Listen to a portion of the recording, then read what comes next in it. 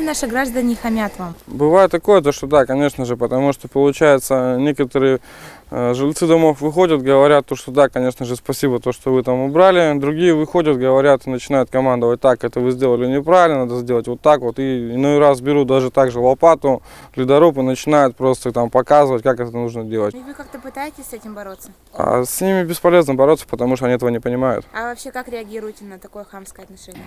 Ну а как, спокойно приходится реагировать, чтобы просто не было никаких скандалов, руганий. Расскажите, может быть, какие-то плюсы есть в вашей профессии? Плюс только то, что поддержка здоровья, физкультура, только в этом. А если не секрет, какая у вас заработная плата? 8 тысяч рублей. И она вас устраивает? Да, потому что начальство больше не платит, а нет, потому что больше не поднимут. А как вы считаете, сколько должны зарабатывать дворники? Ну, среднее, мое мнение, заработная плата должна быть хотя бы 10 тысяч.